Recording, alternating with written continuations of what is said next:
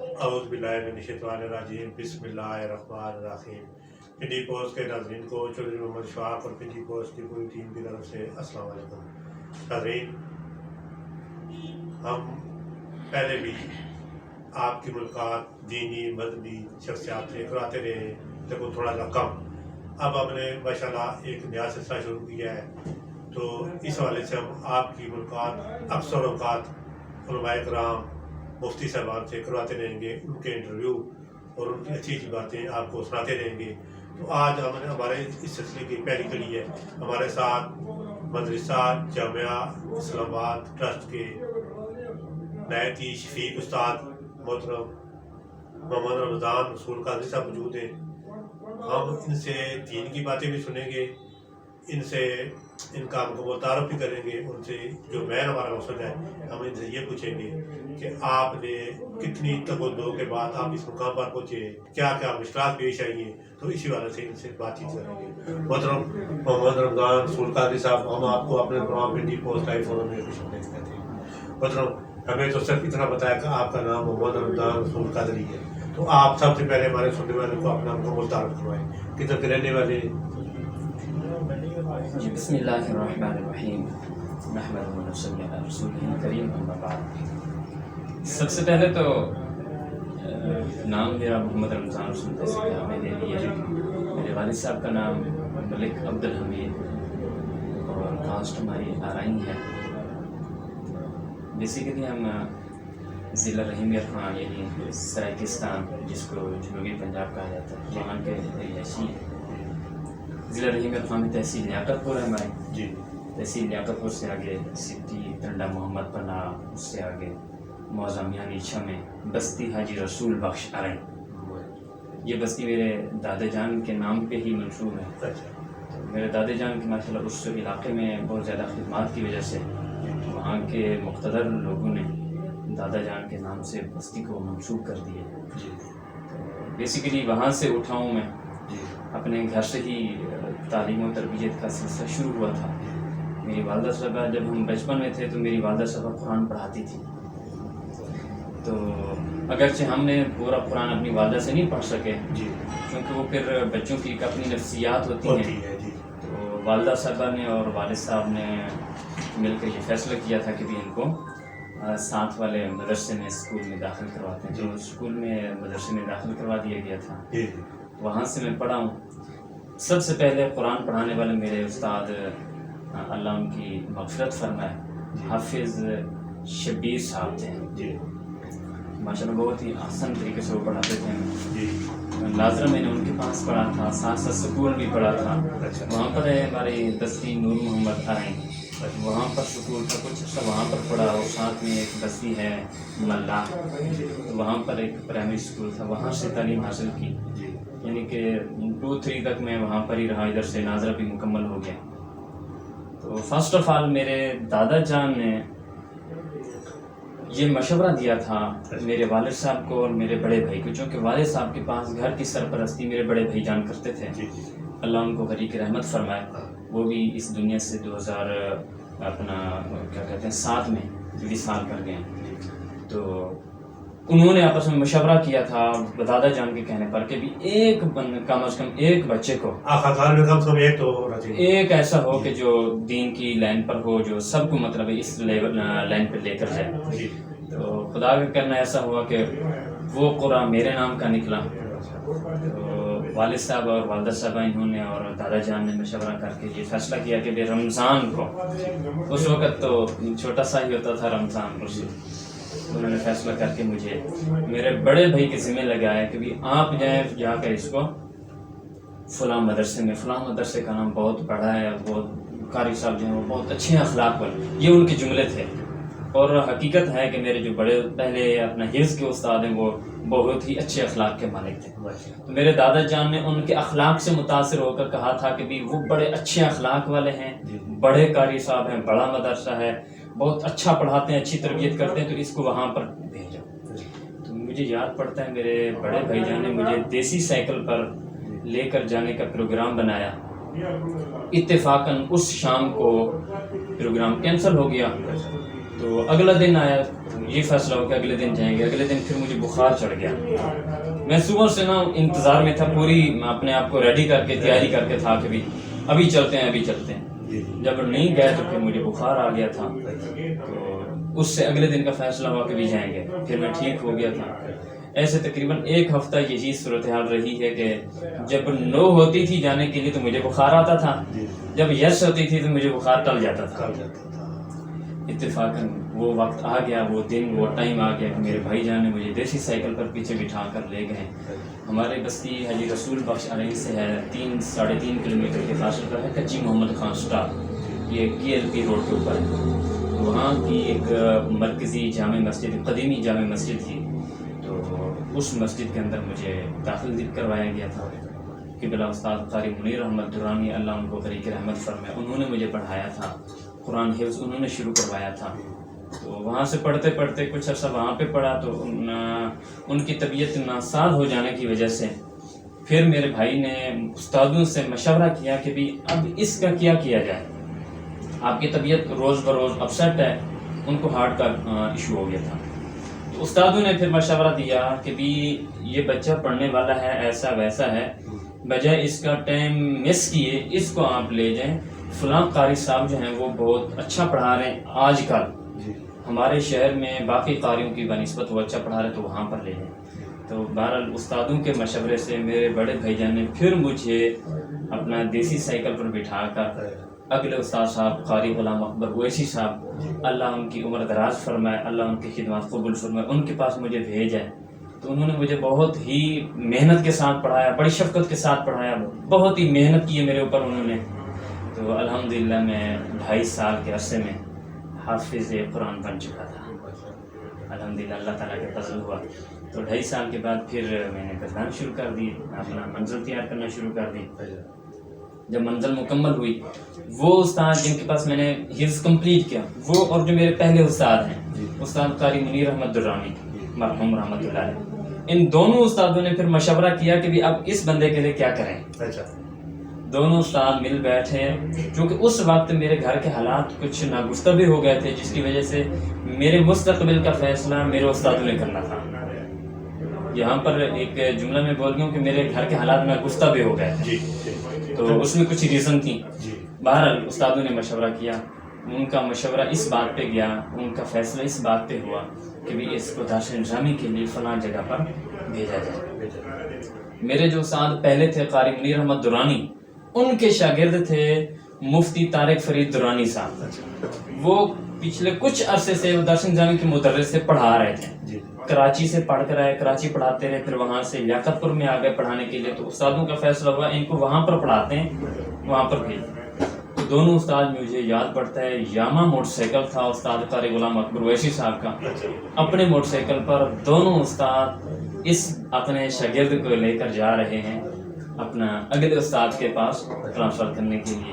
بہرحال استاد مفتی طارق فرید درانی صاحب اللہ ان کی خدمات قبول فرمائے, ان کا سایہ پوری اہل سنت پر تادیر دائم و قائم رکھے. ان کے حوالے کر رہے تھے, انہوں نے مجھے دارالعلوم نظامی پڑھانا شروع کیا تھا. مطلب جب ہوش ہمارے تو والد صاحب کیا کام کرتے تھے؟ جی والد صاحب بیسک کھیتی باڑی کیا کرتے تھے. ہاں تھوڑی بہت زمین ہے اپنی, تو اسی اپنی زمین میں وہ کام کاج کیا کرتے تھے, اسی سے اپنی انکم سے اپنا گھر کے نظام کو چلاتے تھے. اور ساتھ ساتھ والد صاحب سیزن کے اعتبار سے کچھ کاروبار بھی کر لیا کرتے تھے. جس طرح مثال کے طور پر گندم کا سیزن آتا ہے ہمارے ہاں, کپاس کا سیزن آتا تھا ان دنوں. آج کل تو کپاس ہمارے ہاں بہت معدوم ہوتی جا رہی ہے, ان دنوں بہت عروج پہ ہوتی تھی. تو کپاس کا بھی سیزن میں بزنس کر لیا کرتے تھے, اور گندم کا بھی کر لیا کرتے تھے. اور زیادہ تر جو انحصار ہوتا تھا وہ کاشتکاری پہ ہوتا تھا. مطلب مدرسے میں جانا, حافظ بننا, اس کے بعد مفتی بننا, درس نبوی کرنا, اس پورے کام میں پورے عمر میں کتنا عرصہ لگا؟ جی یہ میکسیمم 2000 سن کی بات ہے. اچھا. سن 2000 سے میں نے اپنی یوں کہو کہ بھی تعلیمی سفر کا آغاز کیا تھا, اور 2015 میں جا کر میرا دورہ حدیث شریف مکمل ہوا. 2015 میں جو ہی دورہ حدیث شریف مکمل ہوا تو 2016 میں 15 اور 16 یعنی دسمبر اور جنوری میں میں نے عمرہ شریف بھی کیا تھا الحمدللہ. تو اس کے ساتھ ہی میں نے مفتی کورس بھی شروع کر لیا تھا اور ساتھ ہی میں نے تدریس بھی شروع کر لی تھی. یعنی کہ درس نظامی کے دورہ حدیث کے کمپلیٹ ہونے کے فوراً بعد میں نے تدریس یعنی ٹیچنگ شروع کر دی تھی. 2016 میں میری تدریس شروع ہوئی تھی الحمدللہ. اس کے بعد اپنا تدریس جاری ہے ماشاءاللہ. مطلب تھوڑا سا یہ بتائیں، قاری، حافظ، عالم دین اور مفتی، یہ سب چار الگ چیزیں؟ جی بیسک اپنا دیکھا جائے جی تو عہدے الگ الگ ہیں. یعنی حافظ کا عہدہ اور ہے، قاری کا عہدہ اور ہے، عالم کا عہدہ اور ہے، مفتی کا عہدہ اور ہے. یہ اگر دیکھا جائے کہ عظمت کے اعتبار سے تو پھر تو سب کی عظمت بلند و بالا ہے، منظر ایک ہی ہے، ٹھیک ہے. لیکن بیسک اگر دیکھا جائے تو ضرور ان کے اندر فرق ہے. مطلب یہ جس طرح میرے علم میں بات آئی ہے کہ درس نظامی کا کورس کم و بیش بھی 8 سال پر محیط ہوتا ہے. جی تو ان 8 سالوں میں یہاں پر وہاں پر کیا پڑھایا جاتا ہے، کون کون سے وہاں پر طریقے آپ کو سکھائے جاتے ہیں، کون کون سی جو مین سبجیکٹ ہے وہ آپ کو پڑھائے جاتے ہیں، سکھائے جاتے ہیں؟ جی بیسیکلی اپنا درس نظامی کا جو سفر ہے نا جی وہ اردو، عربی، فارسی سے ہی اسٹارٹ ہوتا ہے. جی آج کل تو انگلش بھی ساتھ ساتھ ہم نے ایڈ کر لیے. یعنی کہ ہمارے اپنا جو بورڈ ہے تنظیم المدارس اہل سنت پاکستان، تو اللہ اس کو مزید ترقی عطا فرمائے، اس بورڈ نے اب انگلش کو بھی اپنے سلیبس کا حصہ بنا لیا ہے. تو یہاں سے اس کا سفر شروع ہوتا ہے. تو اس سفر کے دوران سب سے پہلے جو زیادہ یعنی کہ مہارت حاصل کرائی جاتی ہے وہ عربی کے لیے، چونکہ ہمارا جو یوں کہو کہ علمی ذخیرہ ہے وہ جس طرح ہمارے ہاں اردو میں ہے تو اس سے کہیں بڑھ کر عربی کے اندر ہے. ہمارا اردو کے اندر بے شمار ہے، کثیر تعداد، لیکن عربی کے اندر ہمارا جو قرآن حکیم ہے وہ بھی عربی میں، جو ہماری احادیث کا مجموعہ ہے وہ بھی سارے کے سارا عربی میں. تو اس لیے مدارس عربیہ کے اندر زیادہ زور عربی کے اوپر دیا جاتا ہے، اور پھر اس کے اندر کئی علوم پڑھائے جاتے ہیں، ایک سے زیادہ علوم پڑھائے جاتے ہیں. ایک ہی چھت تلے ماں باپ کی نگرانی میں بہن بھائیوں کے ساتھ ایک ہی چھت تلے جو زندگی گزری ہے اسے حوالے سے تھوڑا سا بتائیں. جی وہ بہت ہی خوشگوار لمحات ہوتے تھے کہ ماں صاحبہ بھی تشریف فرما ہوتی تھیں اور بھائی بھی بیٹھے ہوتے تھے، بہنیں بھی بیٹھی ہوتی تھیں. الحمدللہ ہم 5 بھائی تھے اور 2 بہنیں سگی اور 5 سگے بھائی تھے. اور اتفاقاً یہ بھی بتاتا چلوں کہ میرے والد صاحب کی 2 شادیاں تھیں، تو اس وجہ سے پھر ہمارے ایک ستیلا بھائی ہے، ایک ستیلی بہن بھی ہے. اگرچہ ہم ان کو ستیلا نہیں کہتے، ہم ان کو حقیقی ہی کہتے ہیں. تو باپ کی طرف سے ہمارے وہ بھائی ہیں، بہن ہیں. تو اس طرح کر کے ہم ایک ہی چھت میں جب رہتے تھے بہت ہی لطف آتا تھا. مجھے یاد پڑتا ہے کہ اماں حضور کھانا بناتی تھیں، اور کھانا بناتی تھیں آلو کا کھانا بناتی، اور آلو ہمیں اوپر سے ملتے تھے، یعنی والد صاحب کی طرف سے اپنا 3 آلو 4 آلو. تو ماں جی ان کو چھوٹا چھوٹا کاٹ کے بہت ہی اچھے شوربے میں تیار کرتی تھی، اور پھر 2 3 ٹکڑے دیتی تھیں. اور ان کو پتہ ہوتا تھا کہ میرا یہ بیٹا جو ہے یہ 3 آلو پہ اکتفا کرنے والا نہیں ہے، اس نے اور آلو مانگنا ہے. شوربے کا مسئلہ نہیں بنتا تھا. شوربہ ماں حضور ویسے بھی زیادہ بناتی تھیں، کیونکہ پڑوسیوں کو بھی کیا کہتے ہیں کہ بھی بھیجتی تھیں کٹورا. اس وقت دیا جاتا تھا نا، اب معلوم ہو گیا بہت زیادہ. جو پہلے والے رسوم تھے، پہلے والے جو طور طریقے تھے اب بہت زیادہ چینج ہو گئے ہیں. تو اگرچہ ان کے اندر بڑی برکتیں تھیں، اب ہم ان برکتوں سے محروم اگرچہ ہو گئے ہیں، تو ان کی برکتیں ضرور. تو اماں حضور کو پتہ ہوتا تھا کہ کس نے زیادہ آلو لینے ہیں اور کس نے زیادہ آلو کھانے ہیں اور کس نے زیادہ شوربہ لینا ہے. تو اماں حضور شوربہ زیادہ رکھتی تھیں اور 3 آلو 4 آلو دیتی تھیں. ان پتہ ہوتا تھا کہ اس نے اور مانگنے تو اور بھی دینے ہیں، اور پھر دیتی تھی ماشاءاللہ. تو ان میں سے ہمارے ایک بھائی ہیں، اللہ ان کو مزید خوشیاں اور ترقیاں نصیب فرمائے. وہ آلو کے اور اپنا سالن کے بہت زیادہ شوقین ہوتے تھے، تو ان کو زیادہ ہی ملتا تھا ہماری بنسبت، تو ہمیں بھی ملتا تھا الحمدللہ. بہت ہی لطف آتا تھا کہ اماں حضور جب سب کو ایک ہی چھت کے نیچے بٹھا کے کھلاتی تھیں، ٹھیک ہے، اور تھوڑے پہ سب کو راضی کر لیا کرتی تھی ماشاءاللہ. مطلب آپ نے جو 2 سگا کیا، درس نظامی کیا یا اور کوشش کی ہے، تو کیا اب آپ کا یہ سارا کام عمل مکمل ہو گیا ہے، ابھی کچھ سیکھنا باقی بھی ہے؟ جی بہت ہی اپنا دلچسپ آپ نے سوال کر لی ہے. جو میری درس نظامی لائف تھی وہ الحمدللہ اپنا ایک جو کورس ہوا تھا وہ میرا مکمل ہو گیا ہے. اب اس کے بعد میں نے وہاں پر سٹاپ نہیں کر لیا تھا، کیونکہ میرے جو استاد تھے نا، جنہوں نے میرے مستقبل کے فیصلے کیے اور جنہوں نے مجھے مستقبل کے لیے راہیں دکھائیں، انہوں نے مجھے یہ نہیں کہا کہ بس صرف آپ کی درس نظامی ہی منزل ہے. نہیں، وہ اقبال کی طرح انہوں نے کہا اس منزل سے آگے منزل اور ہے آپ کی. تو انہوں نے پھر ہمیں اپنا ماسٹر ڈگری کی منزل دکھائی. الحمدللہ میں نے درس نظامی اپنا مکمل کرنے کے بعد 2018 میں نے اپنا کیا کہتے ہیں اسلامیہ یونیورسٹی بہاولپور سے ماسٹر شروع کر دیا تھا. 2020 میں میری ماسٹر ڈگری کمپلیٹ ہوئی بہاولپور اسلامیہ یونیورسٹی سے. تو اس کے بعد اپنا استادوں نے کہا کہ یہاں پر سٹاپ نہیں کرنا بیٹا، آگے منزل اور ہے. تو پھر آگے استادوں نے ایم فل کا راستہ دکھایا. ایم فل میں نے 2021 میں اسٹارٹ کر لیا تھا. تو 2021 سے اب تک میری ایم فل جاری ہے، تو جس میں اپنا 2 سیمسٹر میرے کمپلیٹ ہو چکے ہیں، 3rd سیمسٹر میرا جاری ہے. ہاں، اس میں اب ریسرچ ورک کر رہا ہوں الحمدللہ. ابھی آپ رکے نہیں، ابھی جاری ہے؟ ابھی جاری. میں اپنے اسٹوڈنٹس کو بھی یہی کہتا ہوں کہ بھی آپ میں سے کوئی بھی اسٹوڈنٹ یہ نہ سوچے کہ میں نے صرف درس نظامی ہی پڑھنی ہے، میں نے صرف اس مدرسے کی تعلیم ہی حاصل کرنی ہے. نہ، جس طرح ہمارے استادوں نے ہمیں راستے دکھائے ہیں تو ہم آپ کو راستہ دکھاتے ہیں. راستہ دکھانا ہمارا کام ہے، چلنا آپ کا کام ہے، مدد کرنا میرے مالک کا کام ہے. آئندہ کا کیا پلان ہے؟ جی، آئندہ کا پلان بہت ہی کچھ منفرد حیثیت رکھتا ہے. میرا پلان وہ اس طرح کہ جہاں پر میں اب تدریس کر رہا ہوں، یعنی کہ استاذی و استاد العلماء ابشار الحکمت پروفیسر ڈاکٹر پیر مفتی محمد ظفر اقبال جلالی صاحب، اللہ ان کی خدمات قبول فرمائے، ان کو مزید کامیابیاں عطا فرمائے. ان کے زیر سایہ میں، ان کی ہی برانچ، ان کے ہی جامعہ میں تدریس کر رہا ہوں.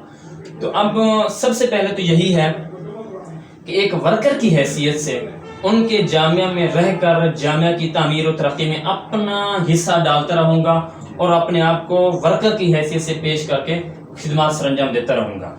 اور جامعہ کی تعمیر و ترقی میں، جامعہ کی خوشحالی میں، جامعہ کو آگے بڑھانے میں ہر ممکن کردار ادا کرنے کو ہر وقت میں تیار ہوں.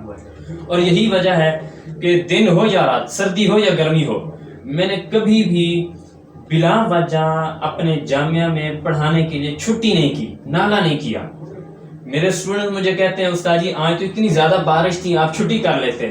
استاد جی آج اتنی بہت زیادہ سردی تھی، آپ نہ آتے، آپ آرام فرماتے. تو میں کہتا ہوں نہیں، یہ میرے استادوں کے قول ہیں، یہ میرے استادوں کے فرمان ہیں جو مجھے گھر میں بیٹھنے نہیں دیتے، مجھے آپ لوگوں کے لیے یہاں پر لے آتے ہیں. تو کوشش یہی ہے کہ جامعہ کو مزید کامیاب و کامران کرنے کے لیے اپنا حصہ جتنا ہو سکتا ہے وہ ضرور شامل کرتا رہوں گا. اس کے علاوہ میں نے اپنے دادا جان، اللہ ان کی مغفرت فرمائے، ان کو عرض کیا تھا، ان کو ایک ذہن دیا تھا، ان کو ایک فکر دی تھی کہ بھی ہم نے چلے جانا ہے، ہمارے نام مٹ جائیں گے، کیوں نہ کوئی ایسا کام کر کے جائیں کہ جس کام کی وجہ سے ہمارا نام زندہ رہے کم از کم. تو اس حوالے سے میں نے ان کو ایک مدرسے کا ذہن دیا تھا، مدرسے کی سوچ دی تھی. تو انہوں نے 10 کنال زمین میرے دادا جان نے مجھے دی تھی کہ بھی آپ اس میں مدرسہ قائم کریں. اب اس 10 کنال زمین میں سے اپنا 2 کنال میرے والد صاحب نے مجھے دی ہے مسجد کے ساتھ چوک کے اوپر برلبے روڈ. اس جگہ پر اب مدرسہ قائم کر چکا ہوں. وہاں پر ایک اور قاری صاحب کو بٹھا چکا ہوں، وہ وہاں پر پڑھا رہے ہیں علاقے کے بچوں کو. تو اب میرا مستقبل میں یہی پلان ہے کہ ادھر رہ کر جتنا ممکن ہوا وہاں پر اپنے مدرسے کو کامیاب کروں گا. اگر ضرورت پڑی تو میں اپنے مدرسے میں رہ کر اس مدرسے کو کامیاب کروں گا انشاءاللہ. جامعہ اسلام آباد میں کب سے اور اس مدرسہ کو کیسے جوائن کیا، اس طرح کیسے؟ جی، اس مدرسے میں 2013 کے لاسٹ 2014 میں آیا تھا جامعہ اسلام آباد میں، اور اسلام آباد میں ہی میری وہ پہلی انٹری تھی. جب میں اسلام آباد میں انٹر ہوا تھا تو اتفاقاً ان دنوں راستے کچھ بند تھے اپنا کچھ احتجاجات کی وجہ سے. تو ہم پہلے لاہور گئے تھے، داتا دربار حاضری دی، وہاں سے ہو کر ہم آئے تھے. اس وقت میرے پاس ایک بکسہ تھا جس بکسے کے اندر کتابیں تھیں یا 2-4 سوٹ تھے میرے ساتھ ایک اور میرے کلاس فیلو تھے مولانا ساجد سیالوی صاحب، اللہ ان کو کامیابیاں عطا فرمائے. تو وہ اور میں یہاں پر اسلام آباد میں انٹر ہوئے تھے. یہ روات تھا جہاں پر ہم آ کے رکے یہاں سے آگے گاڑیاں نہیں جا رہی تھیں، تو ادھر سے ہم نے ایک گاڑی کرائی اپنی اسپیشل چھوٹی گاڑی کرا کے ہم جامعہ اسلام آباد میں پہنچے تھے. تو جاتے ہی ہمارا انٹرویو ہوا، ہمارا ٹیسٹ ہوا. ٹیسٹ کے بعد ہمیں دورہ حدیث میں بٹھایا گیا. دورہ حدیث ہم نے یہاں پر آ کے کیا ہے جامعہ اسلام آباد میں. تو وہاں سے ہی ہماری انٹری ہوئی، وہاں سے ہماری تعلیم کا جامعہ اسلام آباد میں آغاز ہوا. تو وہاں سے ہی مطلب جو ہی ہمارا دورہ حدیث مکمل ہوا تو دستار کے بعد پھر ٹیچنگ شروع ہو گئی تھی. کہیں امامت بھی کراتے ہیں؟ جی، نہ صرف امامت کراتا ہوں بلکہ الحمدللہ ثم الحمدللہ میں خطابت بھی کرتا ہوں، کیونکہ خطابت میں 2012 سے ہی 11 کلاس 12 سے ہی میں نے شروع کر دی تھی. ہمارے استاد ہمیں مختلف جگہوں پر جمعہ پڑھانے کے لیے بھیجا کرتے تھے، مختلف سکولوں میں بھیجا کرتے تھے، مختلف جگہوں پر ہمیں بھیجا کرتے تھے کہ بھی آپ جہاں وہاں پر جا کر اپنا اللہ اور رسول کے پیغام بھی دینا ہے، اپنے ادارے کا پیغام بھی دینا ہے. تو اس سلسلے میں ابھی بھی میں ایک جگہ اپنا ریڈیو اسٹیشن پاکستان اپنا اس کے ساتھ ایک جگہ ہے ڈھوک غلام علی، وہاں کی مرکزی جامع مسجد ہے فیضان مصطفیٰ، اس کے اندر میں امامت خطابت کے فرائض اس انجام دے رہا ہوں پچھلے میکسیمم اراؤنڈ اباؤٹ کوئی 2 سال سے، وہ ابھی تک جاری ہے. مطلب جس طرح آپ نے بتایا آپ کے آفوز، درس نظامی، عالم دین، یہ سارے جو کورس ہے، یہ سارا ان میں تو بہت بڑی منزل ہے. یہ تو 8-10 سال بلکہ زیادہ لگ جاتے ہیں. لیکن جب یہ کام مکمل ہوتا ہے تو مفتی ایک بہت بڑا نام ہے. اس کے جو لفظ 2-3-4 ہیں لیکن اس پر غور کیا جائے تو بہت بڑا نام ہے. لیکن ہمارا معاشرہ مفتی ہو، عالم دین ہو، اس کو پھر بھی لقب دیتے ٹوٹل صرف اور صرف مولوی کا. اس وجہ سے کیا ہمیں کوئی دینی لازمی ہے ہمارے پاس یا بے شعور نہیں ہے؟ جی، اس وجہ سے تھوڑا سا اس کا سمپل سا یہی ہے کہ ہمارے معاشرے میں نا لوگوں تک اس کی اویئرنیس نہیں ہے. لوگ کچھ ہیں جو ایجوکیٹڈ ہیں، ایجوکیٹڈ ہونے کے باوجود بھی ان الفاظ کے مابین تمیز نہیں کر پاتے ہیں. اکثریت تو وہ ہیں جو ان سے بالکل ہی لا علم ہیں. جو لا علم ہے وہ ان کی تو مجبوری ہے، وہ تو ہمارا موضوع ہی نہیں. لیکن ہمارا موضوع وہ لوگ ہیں جو ہیں تو ایجوکیٹڈ، یعنی کہ تعلیم یافتہ ہیں. وہ اگرچہ دنیاوی ہی کیوں نہ ہو، لیکن دنیاوی تعلیم کے اندر بھی کم از کم یہ تو سکھایا پڑھایا سمجھایا جاتا ہے کہ بھی حافظ اور چیز ہے، عالم اور چیز ہے، قاری اور چیز ہے، مفتی اور چیز ہے، فقیہ اور چیز ہے، مجتہد اور چیز ہے. کم از کم یہ چیزیں بتائی جاتی.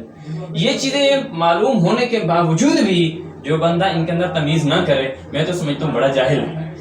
حالانکہ اللہ اور رسول نے ہمیں ہر چیز کھول کھول کر بیان کر دی ہے کہ جس کا جو عہدہ ہے، جس کا جو منصب ہے، جس کا جو مقام ہے، اس کو اس کے مقام میں رکھا جائے.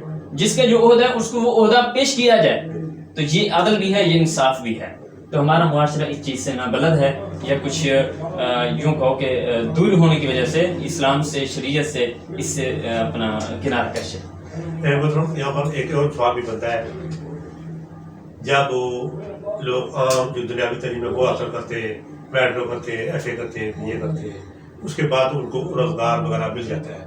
لیکن جب وہ دینی مدارس سے اتنے 12-14 سال لگا کر اسٹوڈنٹ باہر نکلتا ہے تو وہ سب سے پہلے اس کی پریشانی یہ لاحق ہوتی ہے کہ میں اب روزگار مجھے کیسے ملے گا.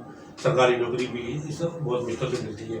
تو یہ ہمارا جو مدرسے کا تعلق ہے، علم ہے، وہ مدرسے سے فارغ ہو کر اپنی آدھی عمر دین اسلام کو دے کر، مدرسے کو دے کر جب باہر نکلتا ہے تو اس کو نئی پریشانی کا سامنا کرتا ہے. اور اس وجہ سے آپ کیا کریں؟ جی، سب سے پہلے تو یہ ہے کہ جو درس نظامی کا فاضل عالم دین مکمل بننے کے بعد میں نہیں سمجھتا کہ اس کو اپنے روزگار کی ٹینشن ہوتی ہو، پریشانی ہوتی ہو.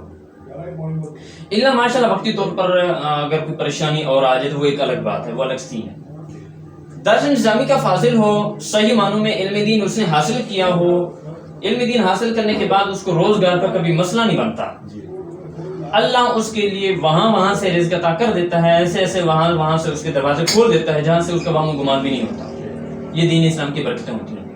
باقی رہا ہمارا معاشرہ، ہمارے معاشرے میں بھی اگرچہ پہلے جو بھی حالات تھے اب یہ صورتحال اختیار کرتی جا رہی ہے کہ بھی جو بھی عالم دین بن کے جا رہا ہے اس کی اگر سکول کی ایجوکیشن بھی ساتھ ساتھ ہے تو ہمارے اداروں کے اندر، ہمارے سرکاری اداروں کے اندر ان کے لیے ایک خصوصی ایک مخصوص کوٹا رکھا جاتا ہے.